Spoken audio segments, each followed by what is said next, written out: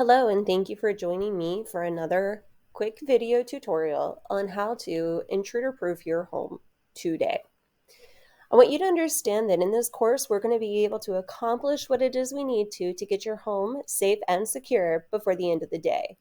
Now, of course, you can add things to this, but this is your beginning and end practical guide to how to get you going and how to keep you set with what it is that you can do around your own space to make sure that you feel safe and confident in your ability to protect and take care of those that you love and yourself.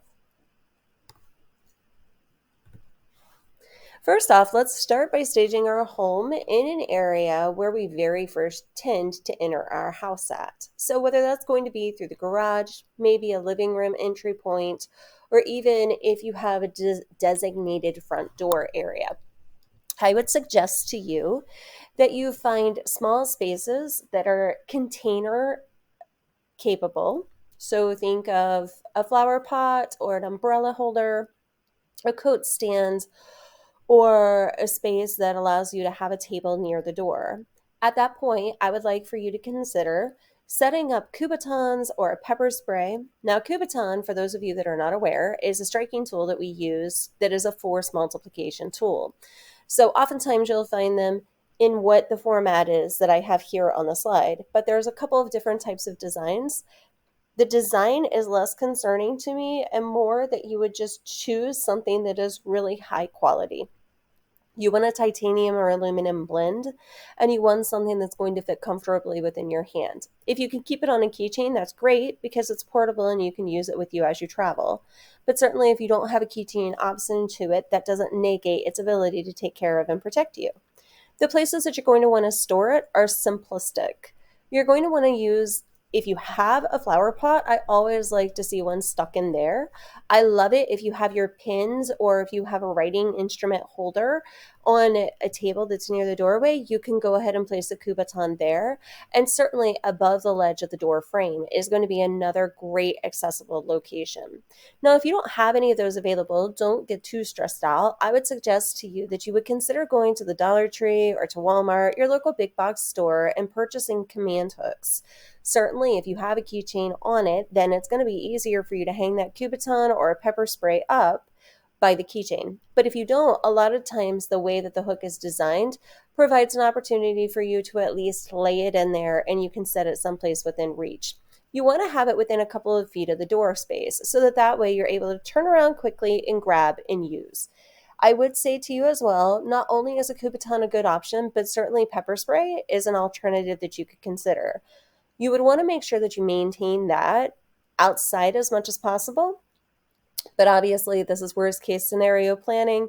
So, heaven forbid, if someone does make it into your home and you do have to use pepper spray, you have distance to create within your home and you know your space well. So, I want you to remember too, you have home court advantage. An intruder doesn't necessarily know all the ins and outs of your home. So, you'll want to be able to remember a good mindset to have is you're the chief operating officer within that home. You know the layout and you know the locations of where it is that you've placed everything. So we'll start with the front door, but then usually after that, we find that we move into generally a kitchen or a living room space. I started with the kitchen because most people will say to you that if they use their kitchen, they know that they're good. The best thing they've got is their knives. And while I'm not against using a knife by any stretch, I want you to understand that the best thing that you could do is to have another alternative aside from a knife. I would like for you to consider something that would keep distance. I would like for you to consider something that's within arm's reach that isn't necessarily stashed in a butcher block that's easy for everybody to access, but maybe a tool that would be a little bit more assertive and that's certainly designed for your protection. I don't like it when mechanics don't use the right tools on my car simply because what was closest to them was what was available, so that's what they went with. Likewise, I want you, as someone who is trying to protect and defend yourself, to use a tool that would protect and defend you, not something that's just in available reach. So I always tell my clients that the best thing you can do is have a stun gun, a pepper spray, and a striking tool within arm's reach at any point in your kitchen. So that may mean that if your kitchen is a large kitchen, that you're going to have a couple of drawers that are stashed specifically for your protection.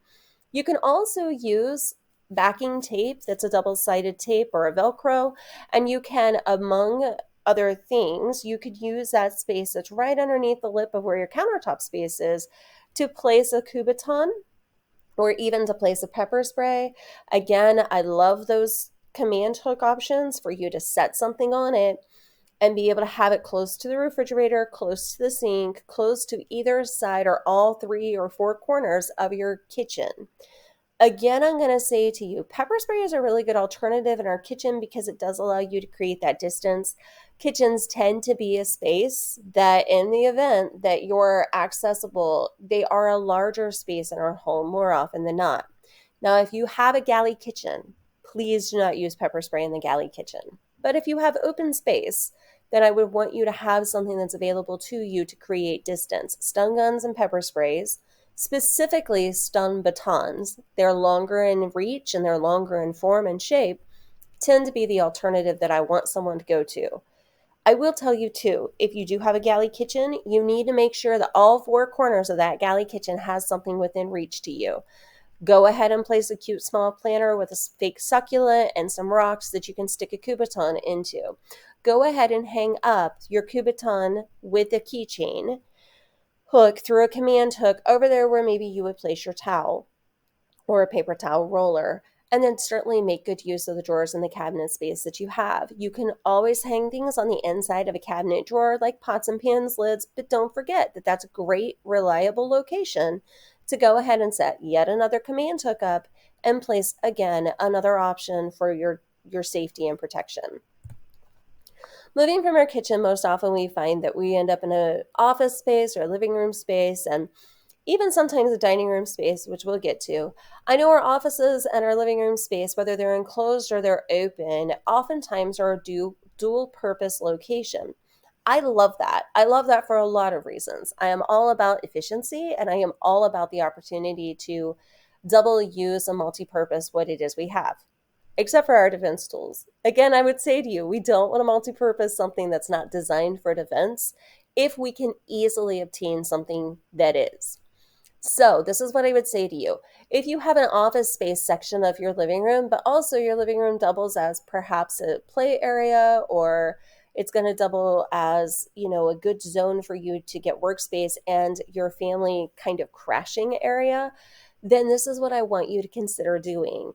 Where you would usually have your desk, where it is that you would practice your work and your daily grind, so to speak, at. I want you to have in those drawers, in those cabinets, behind what it is that you have stashed for work, you're going to go ahead and use that space again to place a Kubotan, to place a pepper spray, to consider using a stun gun. Some of the things that I will tell my clients is that one of the best uses for your end table and for your desk is going to be grab a canister. I sort of mentioned it earlier. Put some pins in it and stick a Kubotan in there. Go ahead and grab like where your coaster and your lamp sit. Go ahead and place something there that will allow a Kubotan or a stun gun to sit. Now, I have known people who use their who use their living room cushions to hide great things. This is not a space that we want to use to hide our defense tools. The sofa will eat socks. It will eat everything, to include your defense tools. And the last thing you really want to be doing is digging around in an open drawer in your coffee table or in your cushions, trying to find what it is that's supposed to be used for your protection and for your safety. Usually after we've finished up our time in the living room or we've been in our office area, we'll find that there's a dining area or that there's a play zone. And I want you to remember that those areas, while they're designed for maybe one use and one use only, they are phenomenal for being able to stage items in a creative zone and creative space. Now, I will caution you, I would never, ever suggest stashing pepper spray in a kid or in a playroom area. Please do not do that. However, I will tell you that it is a great location to stick a striking tool or an alarm or an opportunity for you to be able to consider other alternatives. So oftentimes we'll find that if you have a formal dining room or you have a formal playroom area, it's typically that in those homes there's doors and there's window access to the outside. One of the things that I would suggest to you is making sure that where the windows are, you've put either a space that allows you to know whether or not that access point has been accessed, right? So I always say to my clients, go ahead and set an alarm on your window so that way, should anybody lift that window, should anybody do anything, and especially if it's a play area, you want to make sure that you would be alerted. So I always say outfit your doors and your windows with those alarms. The contact strip alarms are great to get you started. You can grab a pack of those. Again, at your big box store. Usually Costco's or BJ's has them for a very affordable price point, but if not, certainly Lowe's and Walmart would be a good go-to on that. I would say to you that you'll want to place those as soon as possible after moving in. And then, of course, wooden dowels don't hurt. But this is what I would suggest to you. You want to make sure that it's an easy access and egress point. Again, we're not only here for safety, but we're here for all sorts of safety, right? So we want to do our personal protection and defense, but I also want to make sure that you can access an exit route if you need to escape either from harm or certainly in the event of a fire. So I always tell my clients, make sure that you have your fire extinguishers and your fire blankets where they need to be. Certainly in a dining room isn't necessarily the most key place, but I'll tell you in a kitchen it is. I would also suggest to you that if you've got your dining room or your playroom as an area where kids are doing homework and kids are going to be more often than not, then you want to make sure that there's an alarm there that they can access, that they can use, that they can set off in the event that there would ever be a problem.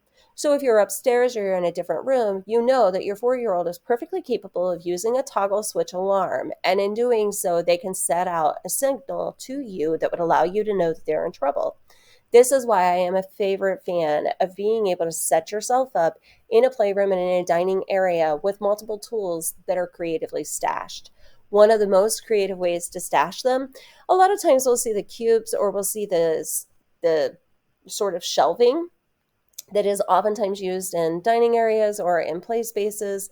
Those cubes are great for having a bin that's specific to just your safety. So put an alarm in it, put a tool in it, and then certainly, you can always use that as a way to teach and train your children.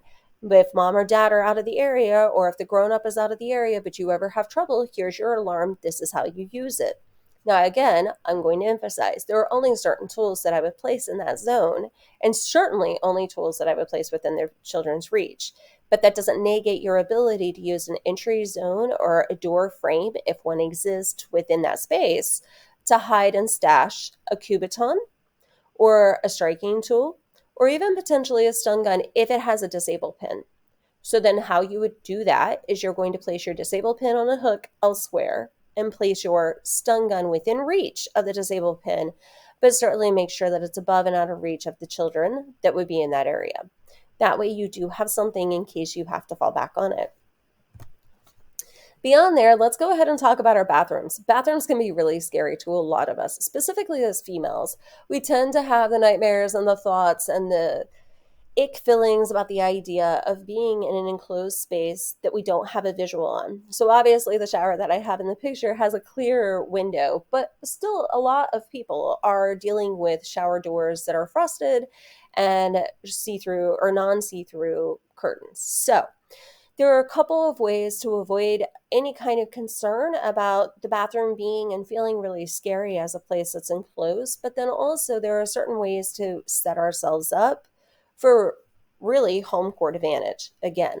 So this is what I would suggest to you. Obviously, we're going to use what is known, right? So we know we're going to use our drawers for a good safety tool. I love a stun gun. I'm still a stun gun fan, and I love the opportunity to use and hit set up for a striking tool.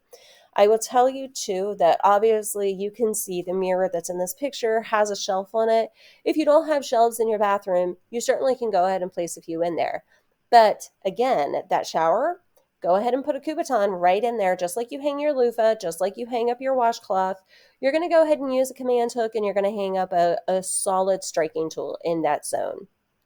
The other thing that I always suggest, get a door lock on your door. So of course, all bathrooms have door locks, right? Most bathrooms do. We recognize that. It doesn't hurt to add an additional eye hook in there as a locking option.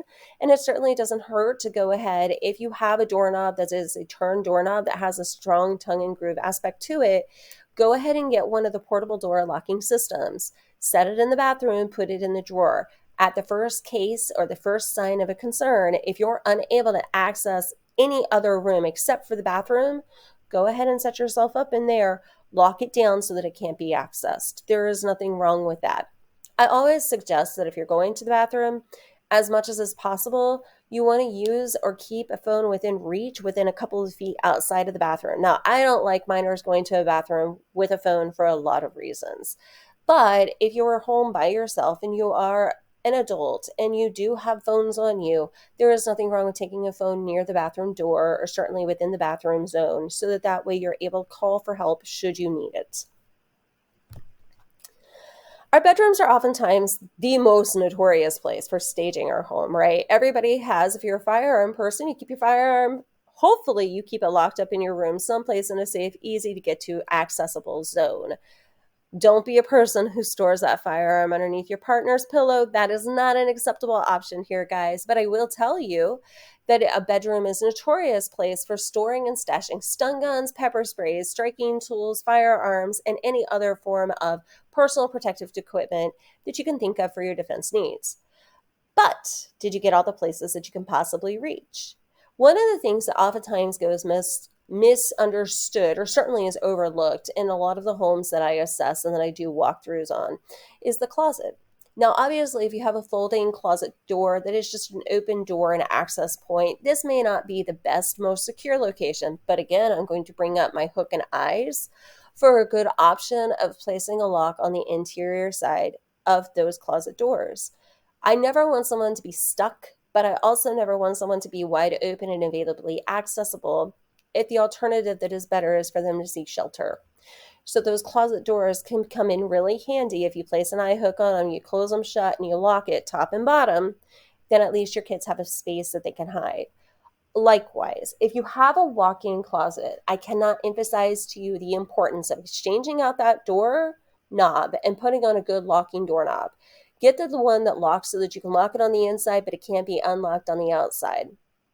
Again, you want to have those discussions that are important with your children so that they understand they're not supposed to go in and lock themselves in a closet. However, this is a really, really good safe space for you to hide. This is a really good accessible point for you to get a little bit of space and a little bit of distance if you need to. Shut and lock the door, keep quiet, and get under anything that you could possibly get under, behind clothing or in another drawer area, to keep yourself out of the line of vision and sight. Again, this is another location that I would suggest to you, both in your bedroom as well as in a closet, that you get a lockdown. That is a lockdown option that you place into the tongue and groove, you slide it through and you lock it out so that way you're not in a position where people are able to pick a lock as easily and gain access to your room. Once again, I would say to you, this is another zone that you would want to place alarms on your door and on your window. So most doorways to a bedroom have a door frame that's pretty significantly pronounced. You're going to stash your Cubitons up there. You're going to set your pepper sprays maybe inside the drawers of your nightstands. And if you have armoires or you have dressers, there's nothing wrong with stashing throughout the entire room. The larger the room, the multiple spaces that need to be stashed. Certainly you want to keep your phone with you and have access to 911. But again, I'm going to suggest to you that you are your primary principal caretaker whenever it comes to your defense needs, because a police officer getting to you in a timely manner once someone has broken into your home is a slim chance. At this point, after you've done all of that, I'm going to suggest and tell you again, place something under your bed. Now, I don't care if it's a pepper spray or a stun gun, although I prefer a stun gun, and I like not having to walk through pepper spray clouds because that's going to be a problem. I always prefer a stun gun be used for my personal defense in a bedroom. I like it within reach of my bed on all sides of my bed. So both sides of the bed need to have a stun gun on them. Both sides of the bed need to have a striking tool on them. And certainly don't put your striking tool inside of a drawer. Hang it up next to your bed. What other areas can you think of? So now that we've done a walkthrough through your home, this is something that I would suggest to you. As you're walking up to your house in the evening, as you're walking out during the morning, be alert of what's going on around the exterior of your home. Certainly having motion sensor lights, certainly putting in places for you to grab and access things quickly is important. Maybe even staging your car. Do you have viable keys? Do you have other keys within reach that other people can, in the home, gain access to and use the vehicle in the event of an emergency? Do you have tools within your car? Do you have a stun gun? Do you have a striking tool? Do you have alarms? Do you have equipment that if you're broken down alongside the road, you're able to take care of yourself or at least get an alert base around you so that people aren't running into you or hitting your car on the side of the road? Your garage is another easily accessible point for a lot of intruders, so I would highly suggest that you do some research on best ways, or better yet, reach out to me and we could schedule a call and we can do an overall in home or out of home assessment, virtually or in person. I look forward to working with you and thank you so much for taking time to consider what it is that you could do to better suit the needs for keeping your home intruder proof throughout the next season.